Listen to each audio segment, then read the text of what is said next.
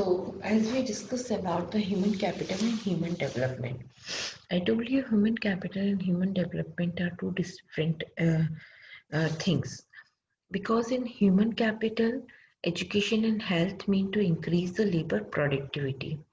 But in human development means it is based on uh, idea that education and health is a very integral part of the human well-being because only when the people have the ability to read and write, and ability to lead the long and healthy life, they will able to make their choice, this which they value. Human capital treats a human being as a means of an end. The human capital considers education and health as a mean to increase the labor productivity. On the other hand, according to the development, we can say when the human development is there, they will develop to themselves also, the society also, because for their knowledge, for their because of their knowledge, because of their education, because of their life acceptancy, all that thing. That is a main thing that so human capital treats a human being as a means of increasing for the productivity. An investment in education and health is product unproductive if they does not enhance the output of goods and services. However, according to the development, you can say human beings are aimed to be themselves. Human welfare should be increased through the investment in education and health, even if such investment do not result in the higher labor productivity. Therefore, according to the human development perspective, every individual has a right to get the basic knowledge, education, basic health care, irrespective to their contribution to the labor productivity. It means every individual has a right to literate and lead a healthy life. So that is the important thing in the human capital. Now we will discuss about human capital formation in India. It's a great prospectus. Why? We have already learned that human capital formation is the outcome of investment in education and health or on the job training, migration, and information. Out of all these elements, education and health are very important source of human capital formation.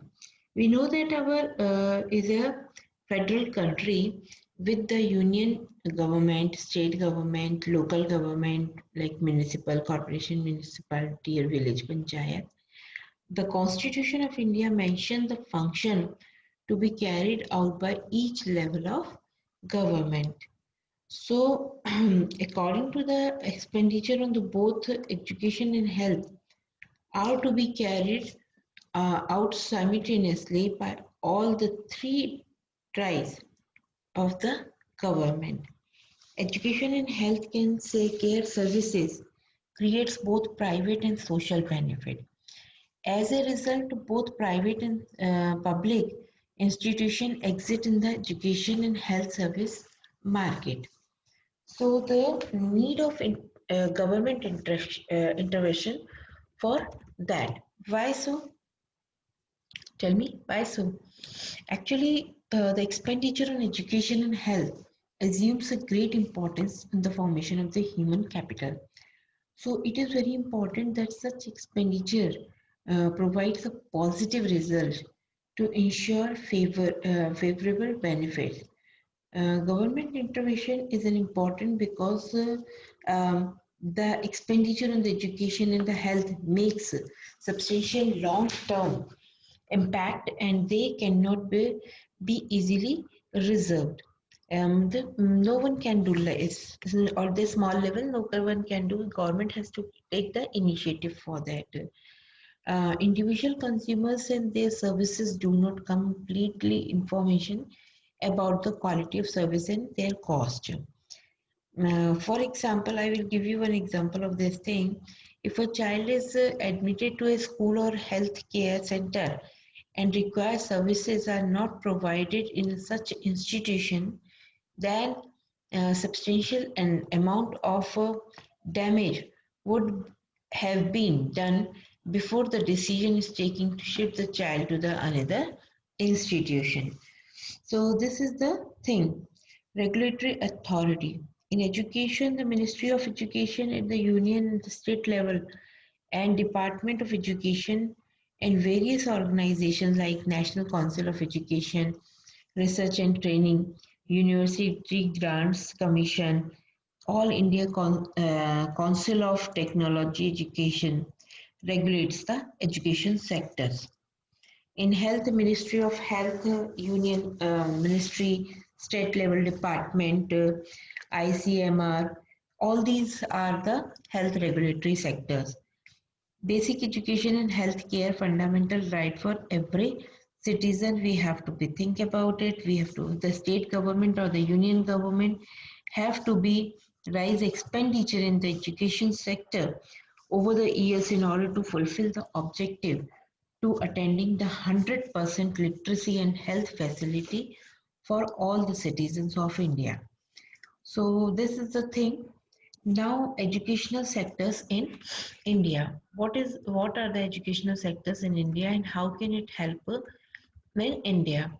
So growth in government expenditure on education. We will discuss about that this point. The expenditure by the government and education expresses in the two way. One is as a percentage of the total government expenditure as a percentage of the gross domestic products. So as a percentage, total government expenditure indicates the importance of education in the scheme of thinking before the government during 1952 to 2004. It is increased from the 7.92 to 15.7. Next is as a percentage of the GDP. It expresses the portion of income spent on development of education in the country during 1952 to 2014. It increases from the 0.64 to 4.13. So this is the thing. Important points of the government expenditure. Government expends more on the elementary education, primary education, middle school education takes a major share of the total education expenditures. Share of higher and tertiary education, institutes of the higher learning, colleges, polytechnical colleges, universities. Right. For example, if the person is doing the primary education, they will know the importance of the education, then to go to the middle, then they will go to the higher, senior, and then higher. So this is the thing. That is why government has just using this thing that they have to be increasing the education, try to increase the education in the people. Expenditure on the tertiary education is important. On an average, government spend less on tertiary education. However, expenditures per student in the education is higher than the elementary education. But it does not mean the financial resources should be transferred from the tertiary to elementary education. As we expand school education, we need more teachers who are trained in the higher education institution. So the expenditure on all levels of education should be increased. Difference in educational opportunities across the state. Different states have a different type of opportunities. Their government has given the different type of educational opportunities. So it depends. Next, inadequate expenditures on education. The expenditure on the education is very less as compared to desire the level of the education in our country. So expenditures recommended by the various commission more than 40 years The Education Commission, they recommend that at least we have to use our 4% of the GDP in the education and the health facility.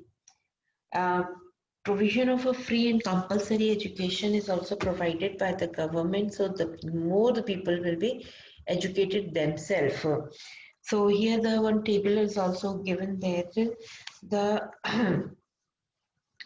general education achievements in the country are indicates the term of a adult literacy level primary education and complete